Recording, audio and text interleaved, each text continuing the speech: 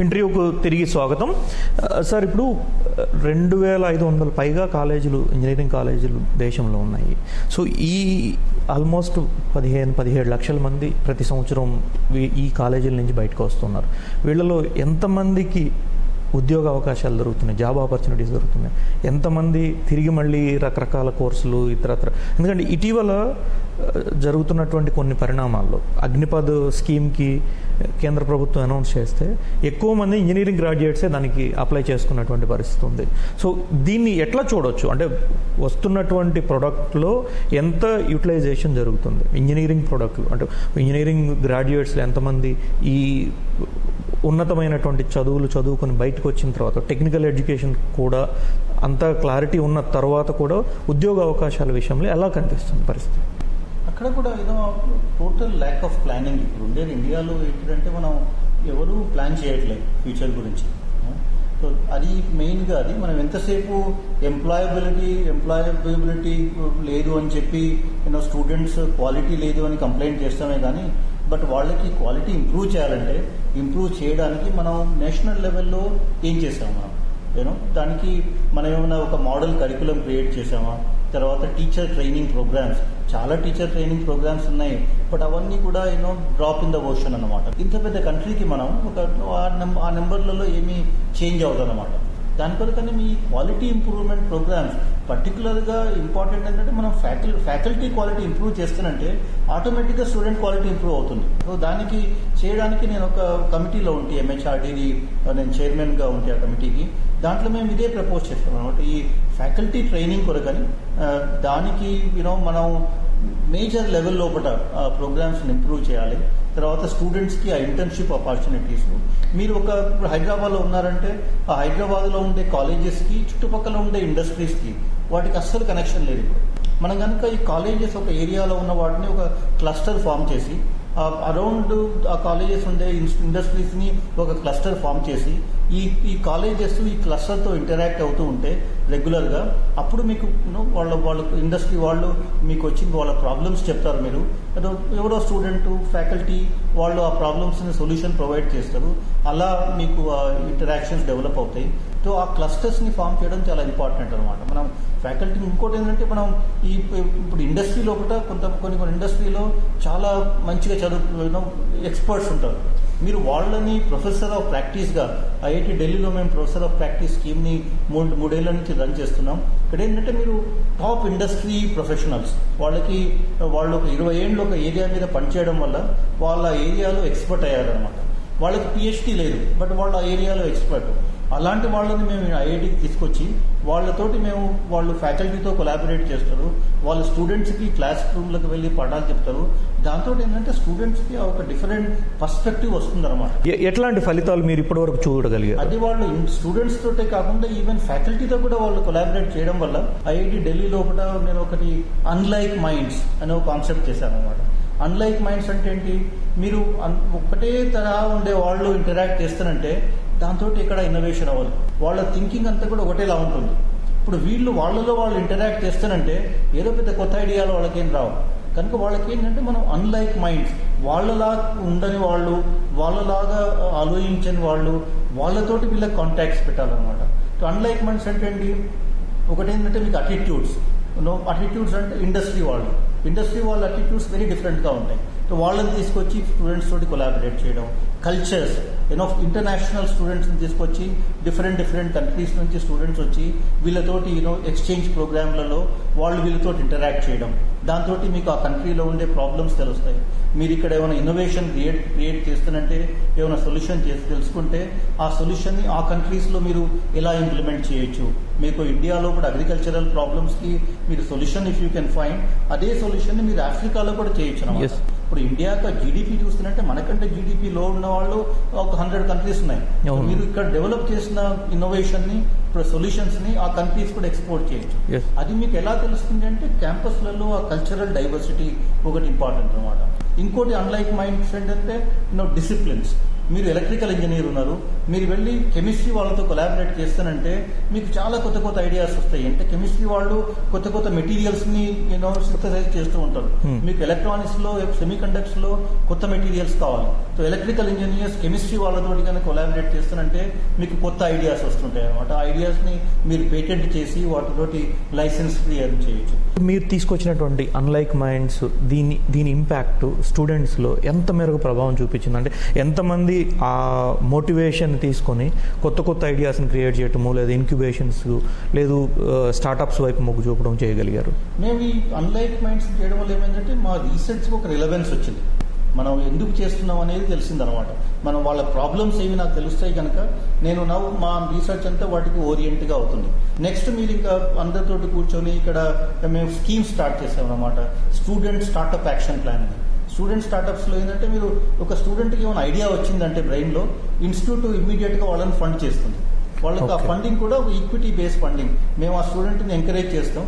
Second year, third ఇయర్లో startup చేయడానికి institute ఆ స్టార్టప్ లోపల స్టేక్ హోల్డర్ అవుతుంది అనమాట. సో అలాంటివి వాళ్ళకి ప్రాబ్లం తెలిసింది కనుక వాళ్ళకి స్టార్టప్ చేయడానికి మేము ఫండింగ్ ప్రొవైడ్ చేస్తాం. వెరీ ఎర్లీ స్టేజ్, మీరు వాళ్ళు బయట ఎక్కడికి వెళ్ళాల్సిన అవసరం లేదు. ఇంకో ప్రోగ్రామ్ ఏం చేసామంటే 1, 2, 3, 4 అనో ప్రోగ్రామ్ చేసాం. 1, 2, 3, 4 డిస్కవర్ అండ్ లెర్న్ అనో ప్రోగ్రామ్ చేసాం. దాంట్లో ఇప్పుడు స్టూడెంట్స్లో ఏంటంటే వాళ్ళు స్టూడెంట్స్ ఏమైనా ఐడియా వచ్చింది, ఒక ప్రాజెక్ట్ చేస్తారు, ఒక ప్రోటోటైప్ క్రియేట్ చేస్తారు, వాళ్ళ డిగ్రీ అయిపోతుంది, స్టూడెంట్స్ వెళ్ళిపోతారు. ఆ ప్రోటోటైప్ అలాగే ఉండిపోతుంది. నెక్స్ట్ స్టూడెంట్ వస్తాడు, ఈ స్టూడెంట్కి అక్కడ ఏమైందో తెలియదు, మళ్ళీ స్టార్ట్ చేస్తాడు వేరే ప్రాబ్లం మీద, మళ్ళీ ఒక స్టేజ్ వరకు వస్తాడు, వదిలిపెట్టి వెళ్ళిపోతాడు. కోర్ సబ్జెక్టులు చదివే విద్యార్థులకు ఎలక్టివ్స్ రూపంలో కంప్యూటర్ సైన్స్ సబ్జెక్టులు అందించేలా కొన్ని యూనివర్సిటీలు చిన్న చిన్న ప్రయత్నాలు చేస్తూ ఉన్నాయి. సో ఆ నేపథ్యంలో ఆ యూనివర్సిటీలు చేసేటువంటి ప్రయత్నాలకి ఉపయోగం జరుగుతుందా? ఇది చాలా ఇంపార్టెంట్. మేము ఐఐటి ఢిల్లీలో కూడా ఈ మైనర్ డిగ్రీ ప్రోగ్రామ్ స్టార్ట్ చేసాం. మీరు ఎవ్రీ స్టూడెంట్ ఒక మేజర్ డిగ్రీ తీసుకుంటారు ఒక పర్టికులర్ డిపార్ట్మెంట్ నుంచి. వాళ్ళు దాంతో పాటు ఒక మైనర్ డిగ్రీ కూడా తీసుకోవచ్చు అనమాట. సో చాలా మంది ఇప్పుడు మెకానికల్ స్టూడెంట్స్, అదర్ స్టూడెంట్స్ వాళ్ళు కంప్యూటర్ సైన్స్లో మైనర్ డిగ్రీ తీసుకోవాలంటే అవకాశం ఉంది అనమాట. ఇక్కడ చాలా మందికి మేము ఇక్కడ ఒక మైనర్ డిగ్రీ ఎంటర్‌ప్రెన్యూర్‌షిప్లో కూడా స్టార్ట్ చేసాం. అలాగే మీరు డిఫరెంట్ డిపార్ట్మెంట్స్లో మైనర్ డిగ్రీ చేసుకోవడం వల్ల ఇప్పుడు మీకు ఏంటంటే కంప్యూటర్ సైన్స్, ఐటీ ఎవ్రీ ఏరియాకి అవసరం. అలాగే మీరు ఐటీ అనే కాకుండా మీరు ఈవెన్ బయోటెక్నాలజీ, ఫ్యూచర్లో బయోటెక్నాలజీ కూడా అందరికీ అవసరమే. ఇప్పుడు ఐటీ తర్వాత మనం ఇండియాలో కూడా చూస్తానంటే ఐటీ తర్వాత నెక్స్ట్ టెక్నాలజీ ఏది వచ్చింది? Biotechnology, right? బయోటెక్నాలజీ తర్వాత ఏమొచ్చింది? నానో టెక్నాలజీ తర్వాత వచ్చిందంటే కాగ్నిటివ్ టెక్నాలజీస్, ఏఐ, ఎంఎల్ అని. దాని తర్వాత వచ్చింది క్వాంటమ్ టెక్నాలజీ. ఇప్పుడు లేటెస్ట్గా అందరూ క్వాంటమ్ టెక్నాలజీ గురించి మాట్లాడుతున్నారు. మనం ఇంకా ఏంటంటే మనం ఐటీలోనే స్టక్ అయిపోయాం, మనం ముందుకు రావట్లేదు అనమాట. ఇంకా ఐటీ తర్వాత ఇవన్నీ నెక్స్ట్ జనరేషన్ టెక్నాలజీస్ వచ్చాయి. వాటి మీద మనం పెద్ద ప్రోగ్రామ్స్ చేయలేదు, వాటి మీద కరికులం రివిజన్ రాలేదు వాటికి. దాంతో ఇంకా మనం ఎంతసేపు ఐటీనే పట్టుకుని కూర్చున్నాం కానీ బట్ ఇంకా ముందుకు వెళ్ళట్లేదు అనమాట. ఎందుకంటే ఈ ఏరియాలలో కూడా చాలా ఇన్నోవేషన్ పొటెన్షియల్ ఉంది. దాని కొరకని ఈ మైనర్ డిగ్రీ ప్రోగ్రామ్స్ చాలా ఇంపార్టెంట్ అనమాట. ప్రతి స్టూడెంట్కి అవకాశం ఉండాలి, వాళ్ళకి ఇంట్రెస్ట్ ఉండేది చదవడానికి కూడా. సార్, ఇప్పుడు సివిల్, మెకానికల్, ఎలక్ట్రికల్, ఎలక్ట్రానిక్ ఈ టైప్ ఆఫ్ ఇంజనీరింగ్లకి పూర్వ వైభవం రావాలంటే, స్టూడెంట్స్ అటువైపు ఆకర్షితులు కావాలంటే ఏం చేయాలి? దానికి ఒక నేషనల్ లెవెల్లో మనం ప్లాన్ చేయాలి. ఇప్పుడు మీరు నేను చెప్పినట్లుగా బయోమెడికల్ ఇంజనీరింగ్ ఉంది, రైట్? మీరు ఆ బయోమెడికల్కి ఒక 10 year ప్లాన్ ఉండాలన్నమాట. దానికి ఆ 10 year లోపల బయోమెడికల్ ఇండస్ట్రీని మనం ఈ విధంగా అభివృద్ధి చేయాలి నేషన్లో. దానికి ఈ విధంగా మనకు మ్యాన్ పవర్ కావాలి, వాళ్ళు దానికి ఇంత బడ్జెట్లు అవి ప్రొవైడ్ చేస్తాం. దాంతో మీరు 10 years లోపల ఇండియా ఒక 90% ఇప్పుడు ఇంపోర్ట్ చేసుకుంటే ఆ ఇంపోర్ట్ని మనం 90 నుంచి 60 వరకు తీసుకురాగలమా? అది ఒక నేషనల్ లెవెల్లో ప్లాన్ కావాలన్నమాట. ఆ ప్లాన్ బట్టి దాన్ని బట్టి మనం కరికులం డిజైన్ చేయాలి. దాన్ని బట్టి మనం ఎంతమంది డిప్లొమా హోల్డర్స్ కావాలి, ఎంతమంది పిహెచ్డీస్ కావాలి, వాటిని ప్లాన్ చేసి మనం కాలేజెస్ని వాటిని చేయడానికి వాళ్ళకి సపోర్ట్ ఇవ్వాలన్నమాట. అప్పుడు వాళ్ళు స్టూడెంట్స్ బయటకు వస్తారు, ఈ ఇండస్ట్రీ కూడా డెవలప్ అవుతుంది, వాళ్ళు వెళ్ళి ఆ ఇండస్ట్రీలకు వెళ్ళి దాన్ని ఫర్దర్ బూస్ట్ ఇస్తారన్నమాట. కానీ ఇప్పుడు కొన్ని ప్రైవేట్ కాలేజీలు మేము ఈ కోర్సులే ఆఫర్ చేస్తాము అనేటువంటి పరిస్థితుల్లోకి వస్తూ ఉన్నాయి.